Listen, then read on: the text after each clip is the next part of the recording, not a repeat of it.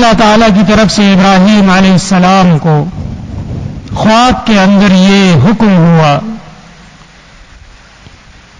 اپنے چہیتے اور لاڈلے بیٹے حضرت اسماعیل علیہ السلام کو اللہ کے حکم کے مطابق اللہ کے راستے میں قربان کر رہے ہیں، ذبح کر رہے ہیں۔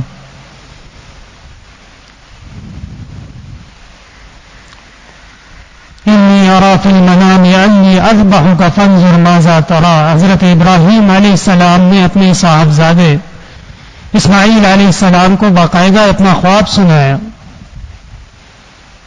کہ بیٹا میں نے خواب دیکھا ہے اور خواب میں یہ دیکھ رہا ہوں کہ میں آپ کو ذبح کر رہا ہوں۔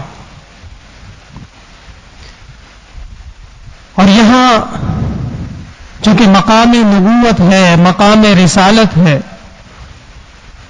اللہ تعالیٰ کی طرف سے براہ راست وحی کا نزول ہے، اور آگے اسماعیل علیہ السلام وہ بھی اللہ کے برگزیدہ پیغمبر، اور حضرت کی صلب سے ہی پھر آگے جا کے محمد عربی صلی اللہ علیہ وسلم اور عرب مستعربہ صحابہ کرام امت محمدیہ کے بنیادی ستون وہ سب اسی گھرانے سے آئے ہیں، پیدا ہوئے ہیں۔ یا ابت افعل ما تؤمر، ابا جان جو آپ کو کہا جا رہا ہے وہ کر گزریے، اس میں تردد کا شکار نہ ہو، اس میں کہیں اولاد کی محبت اور بیٹے کا لاڈ پیار وہ خلل نہ بن جائے، رک نہ جائیں۔ ستجدنی انشاءاللہ من الصابرین، اور میری طرف سے آپ کے لیے کوئی رکاوٹ، کوئی گلہ، کوئی شکایت، کوئی لڑائی جھگڑا، اس قسم کی کوئی چیز آپ کے سامنے نہیں آئے گی۔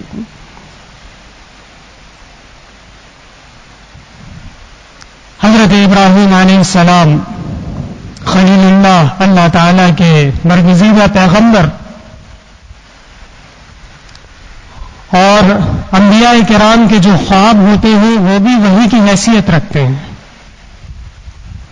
اور اس پہ عمل کرنا انبیاء کرام جب اللہ تعالیٰ کی طرف سے حکم ہو جائے تو پھر لازم ہو جاتا ہے۔ فلما اسلما وتله للجبین ونادیناہ ان یا ابراہیم قد صدقت الرؤیا۔ حضرت نے اپنے صاحبزادے کو لٹایا اور ذبح کرنے کے قریب تھے کہ اللہ تعالیٰ کی طرف سے پیغام آیا، یا ابراہیم قد صدقت الرؤیا۔ حضرت والد صاحب رحمۃ اللہ علیہ ترجمہ کرتے تھے، اے ابراہیم خواب مبارک ہو آپ کو۔ اور ایسے ماحول میں شیطان ابلیس حضرت اسماعیل کے پاس آیا اور کہنے لگا کہ یہ جو آپ کے والد فرما رہے ہیں کہ میں نے خواب دیکھا کہ میں بیٹے کو ذبح کر رہا ہوں، یہ حقیقت میں نے آپ کے والد کو وسوسہ ڈالا ہے، اللہ تعالیٰ کا حکم نہیں ہے، شیطان کی شرارت دیکھیے۔ اللہ تعالیٰ اور اس کے پیغمبر کے درمیان ہونے والے راز و نیاز، احکام اور کلام، اس میں شرارت پیدا کر رہا۔ کہنے لگا کہ یہ جو خواب دیکھا ہے یہ خواب میں آیا تھا، اللہ تعالیٰ نے نہیں فرمایا اس طرح۔ ابراہیم حضرت اسماعیل علیہ السلام سمجھ گئے کہ یہ کوئی شرارتی شیطان ہے اور پتھر اٹھا کے اس کو مارے۔ اسی طرح ثابت ہے کہ حضرت ہاجر کے پاس بھی شیطان گیا ہے، یہ لفظ ہاجر ہے، ہاجرہ نہیں ہے، بفتح الجیم وبدون التاء المہملہ۔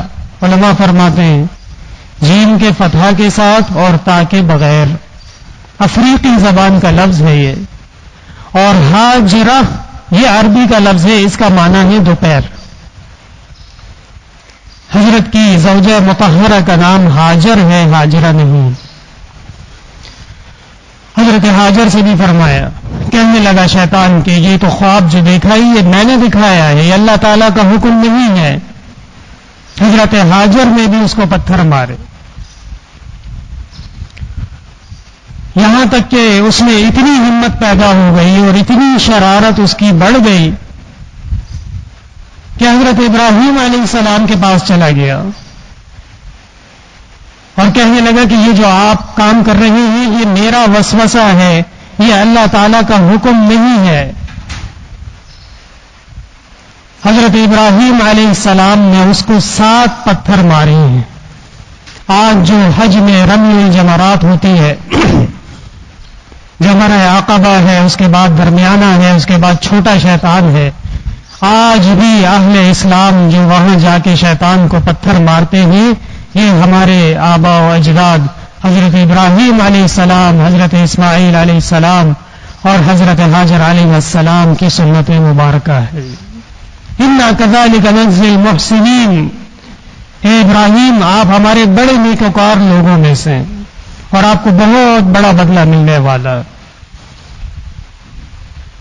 وَفَدَيْنَاهُ بِذِبْحٍ عَظِيمٍ، اور ہم آپ کو اس کے بدلے ایک بہترین ذبیحہ، بہترین قربانی، اعلیٰ نسل کا دمبا آپ کو عطا کریں گے، جنتی دمبا۔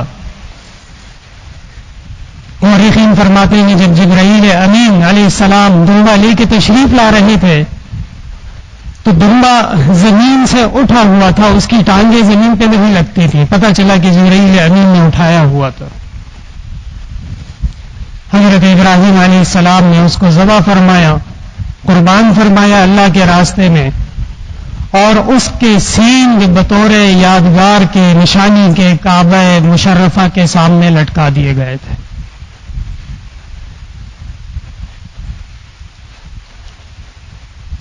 اور اس کے بدلے پھر اگر کوئی شخص اللہ تعالی کے حکم کے سامنے اپنے نفس کو ترجیح نہ دے، اس کو مغلوب کر لے، اور اللہ تعالیٰ کے حکم کے سامنے خواہشات تو دور کی بات ہے، اپنے جگر ٹکڑے کو اگر تکلیف بھی پہنچ رہی ہو لیکن دین اسلام کے حکم کو مقدم رکھے تو پھر اس کے انعامات بھی بہت عظیم انعامات ہیں۔ وَإِذِ ابْتَلَىٰ إِبْرَاهِيمَ رَبُّهُ بِكَلِمَاتٍ فَأَتَمَّهُنَّ، حضرت ابراہیم علیہ السلام اللہ تعالیٰ کی طرف سے جتنے بھی آزمائشیں تھیں، جتنے بھی ٹیسٹ کیسز تھے، اس میں بہترین نمبرات سے کامیاب ہوئے۔ نَحْنُ مَعَاشِرُ الْأَنبِيَاءِ أَشَدُّ بَلَاءً ثُمَّ الْأَمْثَلُ فَالْأَمْثَلُ، رسول اللہ صلی اللہ علیہ وسلم نے فرمایا ہے کہ جو انبیاء کرام وہ اللہ تعالیٰ کے پیغمبر، ان کی آزمائش وہ سب سے زیادہ کڑی اور شدید ہوتی ہے۔ ابراہیم علیہ السلام کو انعام میں